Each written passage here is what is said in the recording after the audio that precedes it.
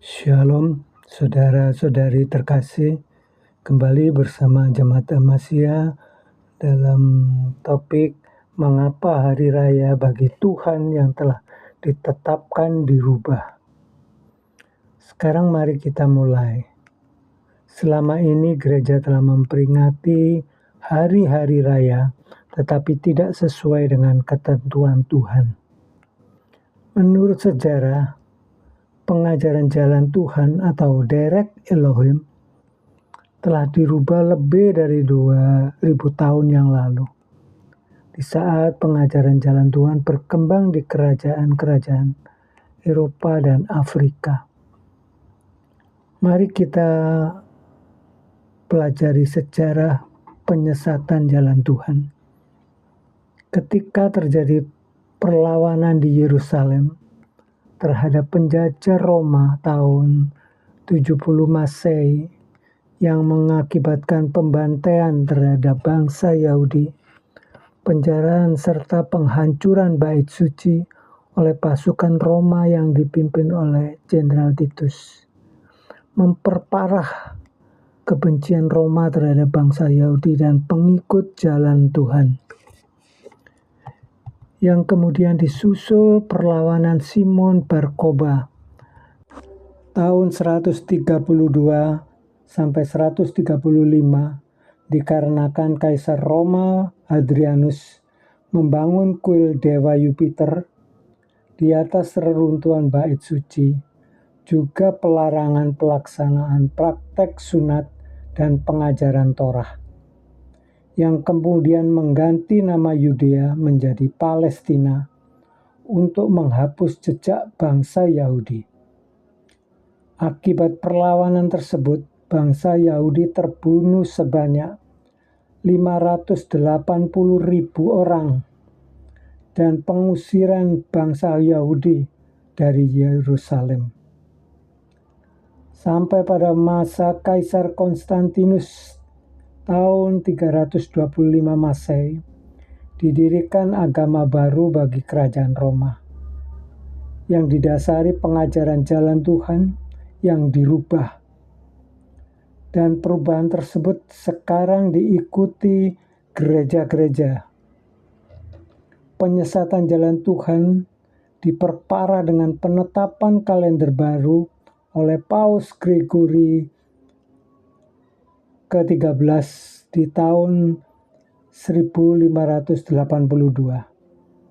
Kalender yang berpedoman matahari sekarang disebut kalender Masehi. Perbedaan kriteria kalender Masehi dengan kalender Tuhan. Kriteria kalender Gregory berpedoman rotasi matahari. Kedua, hari dan bulan diambil dari nama-nama dewa-dewa Yunani dan Romawi. Ketiga, tidak berdasarkan firman Tuhan. Kriteria kalender Tuhan atau lunisolar. Pertama, kalender yang ditetapkan Tuhan kepada Israel pada saat akan keluar dari Mesir. Tertulis di dalam Keluaran 12 ayat 2. Bulan inilah akan menjadi permulaan segala bulan bagimu. Itu akan menjadi bulan pertama bagimu tiap-tiap tahun. Kedua, permulaan tahun ditandai dengan musim. Di Keluaran 13 ayat 4, hari ini kamu keluar dalam bulan Abib atau musim semi.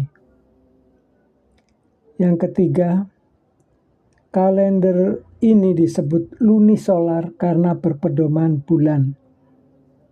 Seperti yang dijelaskan di Kejadian 1 ayat 14. Biarlah benda penerang itu menjadi tanda yang menunjukkan masa-masa yang tetap. Di Mazmur 89 ayat 37, seperti bulan yang ada selama-lamanya, suatu saksi yang setia di awan-awan. Juga di dalam Mazmur 104 ayat 19, Engkau yang telah membuat bulan menjadi penentu waktu. Matahari tahu akan saat terbenamnya. Hari-hari raya bagi Tuhan dirubah. Bila diterapkan ke kalender Masehi menjadi rancu misalnya. 1. Hari Sabat yang seharusnya hari ke-7 kalender lunisolar dirubah menjadi hari Sabtu atau Minggu Sunday. 2.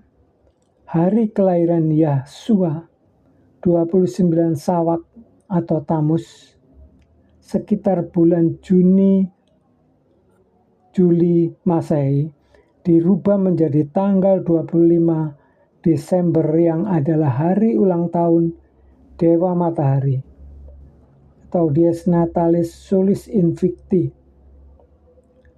Ketiga, hari Pesak atau Paskah tanggal 14 bulan pertama Nisan, kematian Yahsua dirubah menjadi perayaan Ester untuk Dewi Ishtar.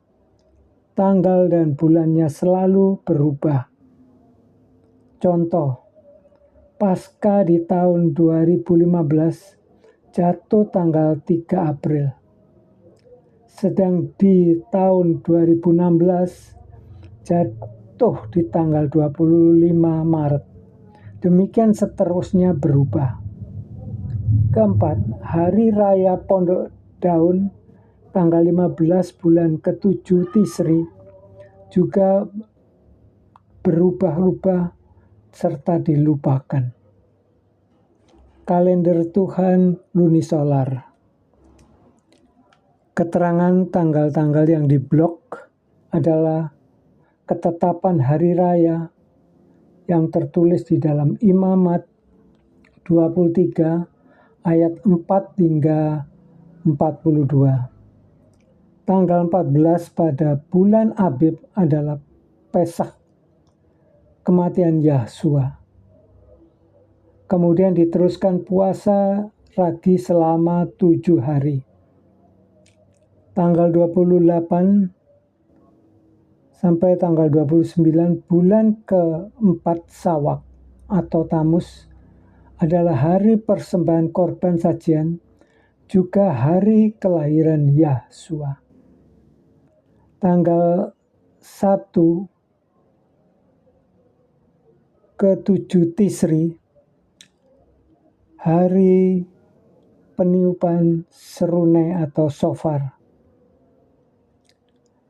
Tanggal 10 Yom Kippur, hari pendamaian, disertai puasa 24 jam dari matahari terbenam.